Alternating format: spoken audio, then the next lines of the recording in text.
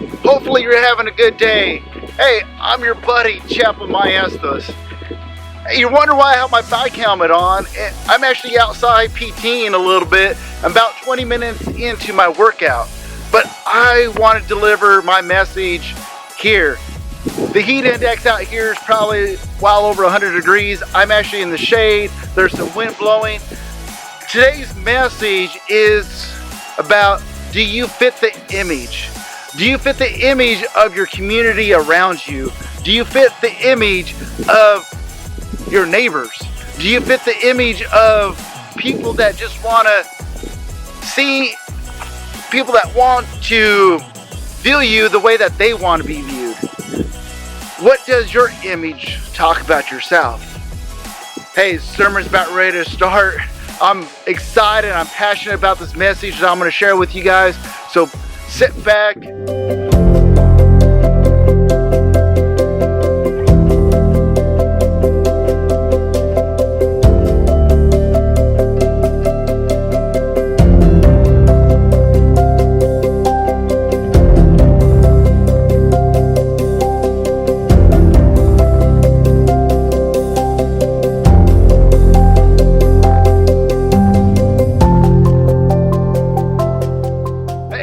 Back. Hopefully you were not waiting 30 minutes, and hopefully you're waiting about 30 seconds. Like I said, my message today is, do you fit the image? Do you fit the image of the community that you're around? Do you fit the image of Christianity? But most importantly, do you fit the image of your character? Do you fit the image of your personality and not somebody else's? Let me set my helmet down and I'll get to the message. Like I said, I'm very passionate about today's message, and hopefully it inspires you. It actually is coming out of Mark chapter 5, 1 through 20. If you ever want to encourage someone to read the Bible and they want something impactful, something that's going to have a lot of actions, read Mark, because Mark describes something, then immediately something happens. So if you look at in Mark, something immediately happens after Christ calms nature, speaks to storms. So let's see what happens in Mark chapter 5, 1 through 20. So they arrived at the other side of the lake in the region of Gennesaret. Sorry if I mispronounced that, but when Jesus climbed out of the boat, a man possessed by evil spirit came out from a cemetery to meet him. This man lived among the burial caves and could no longer be restrained, even with a chain. Whenever he was put into chains and shackles, as he often was, he snapped the chains from his wrist and smashed the shackles. No one was strong enough to subdue him. Day and night he wandered among the burial caves and in the hills, hailing and cutting himself with sharp stones. When Jesus was still some distance away, the man saw him, ran to meet him, and bowed low before him. With a shriek, he screamed, "Why are you interfering with me, Jesus, Son of the Most High God? In the name of the God, I beg you, do not torture me." For Jesus has already said to the spirit, "Come out of the man, you evil spirit." Then Jesus demanded, "What is your name?" And he replied, "My name is Legion, because there are many of us inside this man." Then the evil spirits begged him again and again not to send them to a distant place. There happened to be a large herd of pigs feeding on the hillside nearby. "Send us into those pigs," the spirit begged. "Let us enter them." So Jesus gave them permission. The evil spirits came out of the man and entered the pigs, and the entire herd of about 2,000 pigs plunged down the steep hillside into the lake and drowned in the water. The herdsmen fled to the nearby town and the surrounding countryside, spreading the news as they ran. People rushed out to see what happened, A crowd soon gathered around Jesus, and they saw the man who had been possessed by the legion of demons. He was sitting there fully clothed and perfectly sane, and they were all afraid. Then those who had seen what happened told the others about the demon-possessed man and the pigs, and the crowd began pleading with Jesus to go away and leave them alone. As Jesus was getting into the boat, the man who has been demon-possessed begged to go with him. But Jesus said, "No, go home to your family and tell everyone the Lord has done for you and how merciful He has been." So the man started off to visit the towns of the region and began to proclaim the great things Jesus had done for him, and everyone was amazed at what he told them. Looking into this, there's many things going on. Here is a man possessed by demons. But most importantly, if you read it, the city actually outcasted the man. They threw him into the caves, threw him into the hillsides. It does not say that this town prayed for the man. They actually threw him out. They outcasted him. They just said, "Get away." But whatever they did, they tried to chain him up. But not once did the city pray for the man.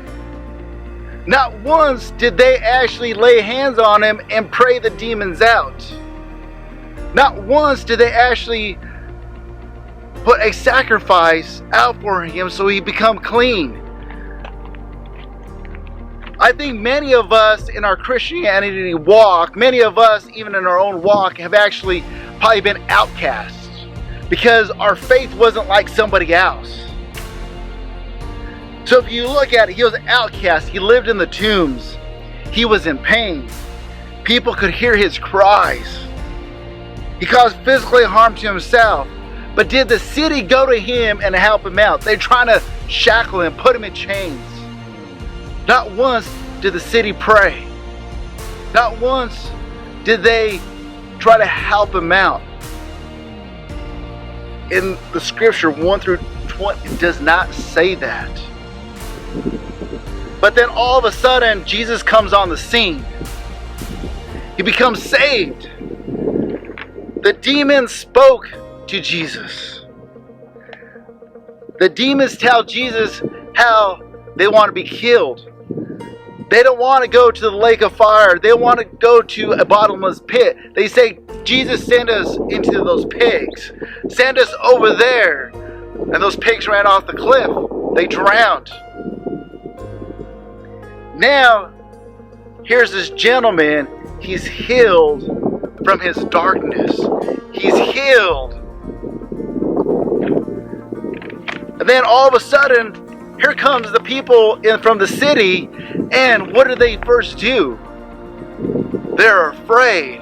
They're pretty much telling Jesus, "Leave us alone. Get out of here." Not once did they celebrate this man's healing. Not once did they notice that he was dressed. They're pretty much pleading with Jesus, and they're afraid and say, "Get out of here." One reason they actually say that the economy of these pigs was what made that city strive. Here's this gentleman, he's outcast, he gets healed, he gets saved by Jesus, then all of a sudden the city still doesn't recognize him. I think many of us, we can actually probably resonate with this gentleman. Many of us can actually say, like, "Hey, I was once lost, now I'm saved by grace, saved by Jesus. He came into my life, took away my sins, but now I don't still fit the image of people around me. I don't fit the image of the Christianity of the people that they want me to fit into."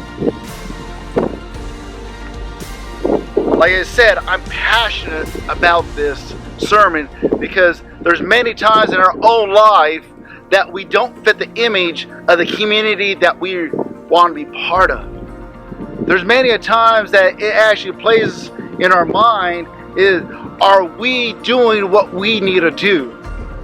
Are we fitting the image that Christ has called us to be? Christ has built a character in us. Christ has built a personality in us. And there's some times where we try to fit an image that's not even part of any of us. The community that he was part of was scared. What are they really scared of? They're scared that Jesus came in and healed someone. Isn't that the greatest miracle? What's the miracle that God has changed a person? And I've seen it.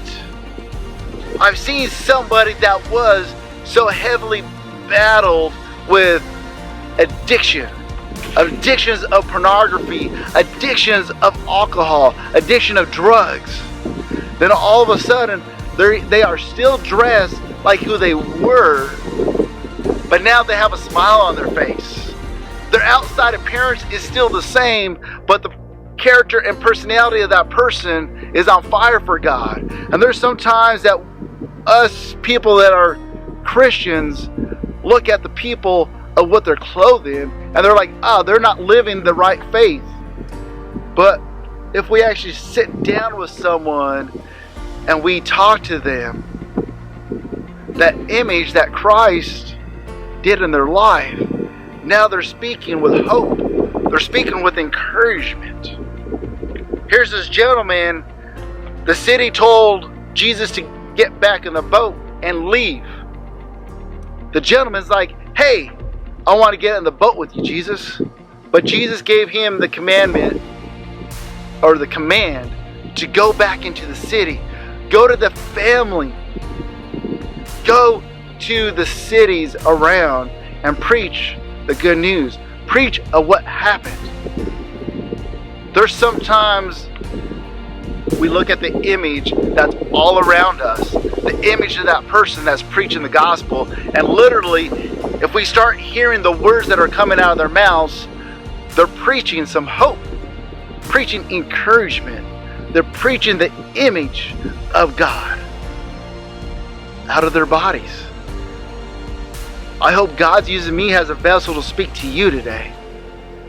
And let me leave you with the big point out of this.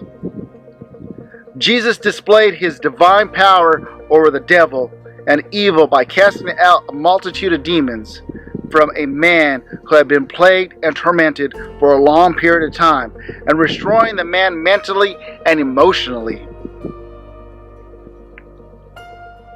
Jesus could change us emotionally from what we are addicted to. And that could be anything in our lives. Sometimes that could just be something so small that we don't recognize it. Hopefully this message has encouraged you, has given you some hope. Hopefully the community that you're around doesn't try to change the image to fit them. Hopefully your personality and your character fits the right image. Hey, thank you for watching. Hopefully this has impacted your life.